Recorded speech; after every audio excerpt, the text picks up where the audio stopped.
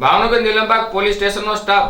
પોસ્ટે વિસ્તારમાં પેટ્રોલિંગમાં હતી તે દરમિયાન બાતમી રહી હકીકત મળી હતી કે ગુરુદ્વારાની સામે આવેલ જવાન મેદાનમાં અમુક કિસ્સામો ગોળ કુંડાળો વળી હાર કાપનો જુગાર રમે છે, જ્યાં બાતમી વાળી જગ્યાએ રેડ કરતા 6 ઇસમોને નીલમબાગ પોલીસે ઝડપી લીધા।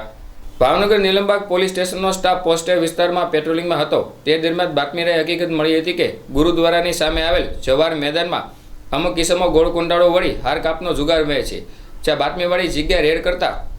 6 ઇસમો પ્રવીણભાઈ તળસીભાઈ ડાભી, રોહિતભાઈ પપ્પુભાઈ નિષાદ,